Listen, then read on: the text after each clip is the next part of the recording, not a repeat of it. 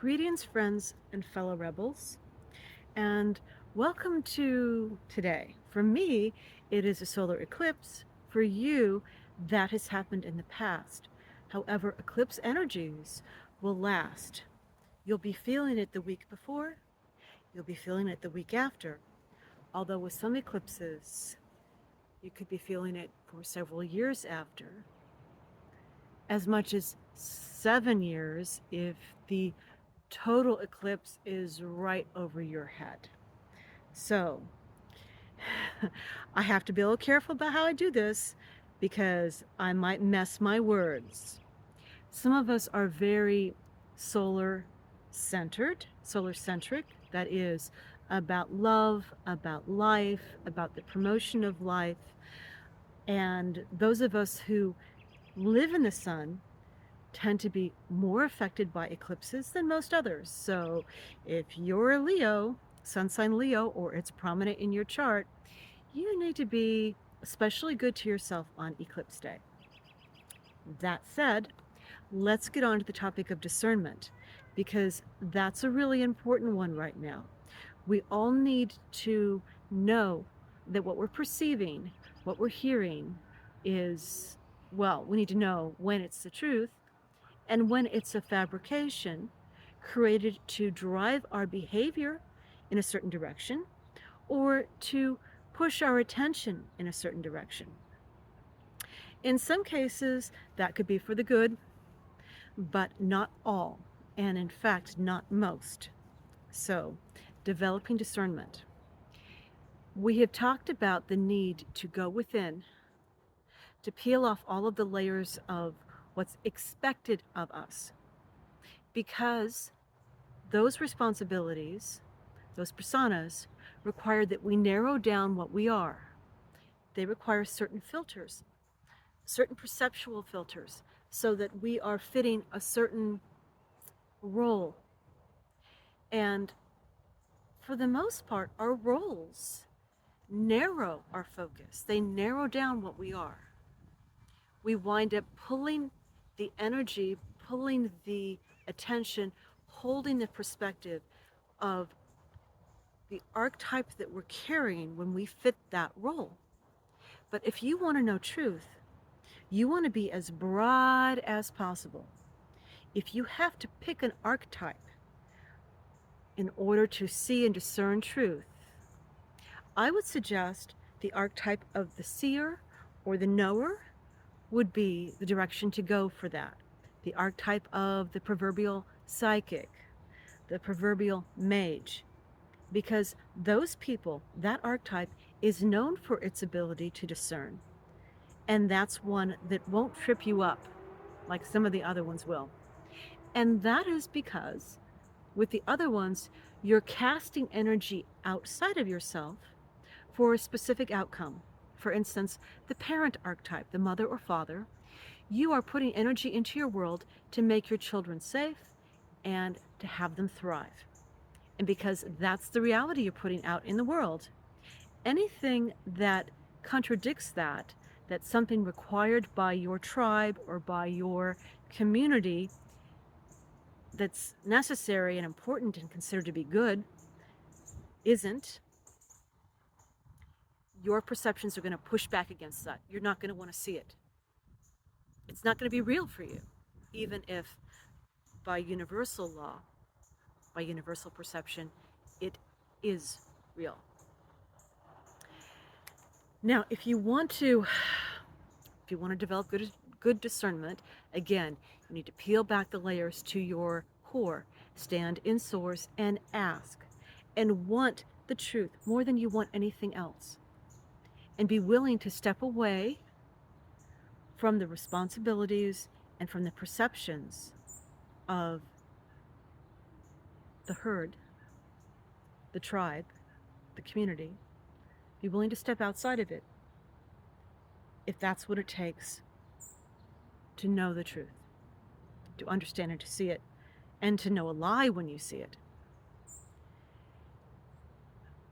When we first come into this world, it takes about 7 years for that spirit, that soul, to fully ensconce itself in the physical body.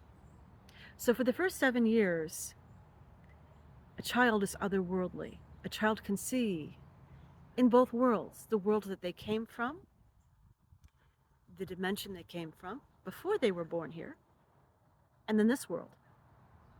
And as they slowly bring their perception out from where they were to where the body is being created, where it's coming through, where it's forming, again, it takes about 7 years. During that time, most children seem very otherworldly. Now, yes, every child is an individual. Some incorporate here sooner than others. But for the soul to fully sit in the DNA, in the body, and ground itself here, 7 years. And during that time, it is the parents' duty, or the caretaker's duty, to entrain them with everything they need to survive, to come into adulthood and survive. And because our reality is such a lie, because there's so much deception in it, one of the first things that we learn growing up is to learn the lie. We need to learn what to tune out, what to pretend it doesn't exist, we don't see it, we don't hear it, doesn't exist, and what we're allowed to acknowledge. The shadow that lives under my bed doesn't exist. The little creatures, the energy creatures out in the garden that dance around in the flowers, that's not real. We need to learn reality. And as we narrow our focus, the energy centers of perception within us,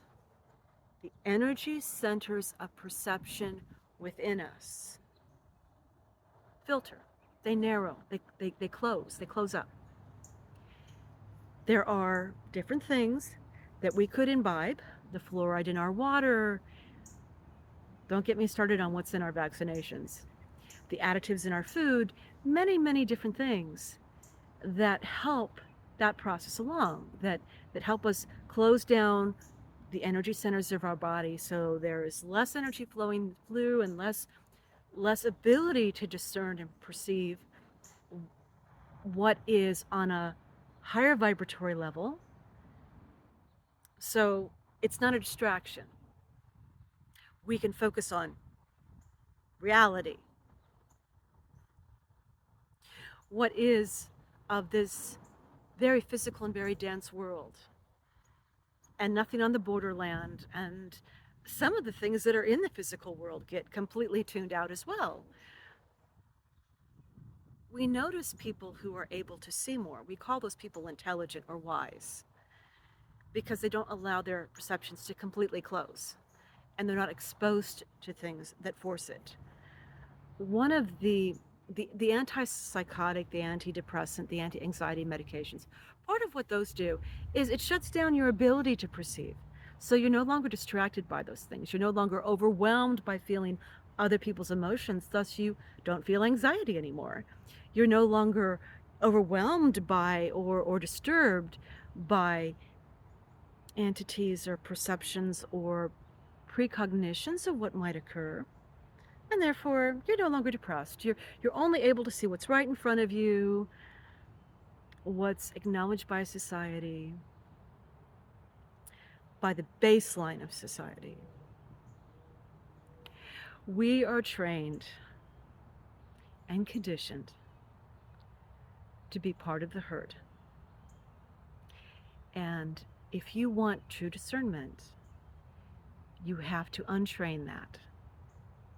But first you have to be willing to be different, to be unique, to be unusual, to be a minority. You have to be willing to lose that commonality, that feeling of it's all of us together in this normal, mundane reality. You have to be willing to step back from that and find a new tribe, a tribe of rebels, a tribe of people who are fearless, and who are willing to look at what's right in front of them and see all of it. And it may take a while to get there because it takes a while for a child to learn reality. It takes a while to unlearn it. It takes a while to open things back up. It takes a while to get the toxins out of your system so that those perceptual centers will come back online. But first, you have to want to. And for most of us, it's too high of a price. We need that feeling of belonging, that feeling of community. We need that feeling of believing exactly what our parents believed, and our grandparents, and our great grandparents, and carrying it forward, the family traditions. We don't want to pick and choose those. We want all of them. We want to feel like we're a part of all of that. It's a decision that each one of us has to make because your perception discernment is going to be limited by what you're willing to do, what you're willing to face to know the truth. Something to think about, and welcome to the woods.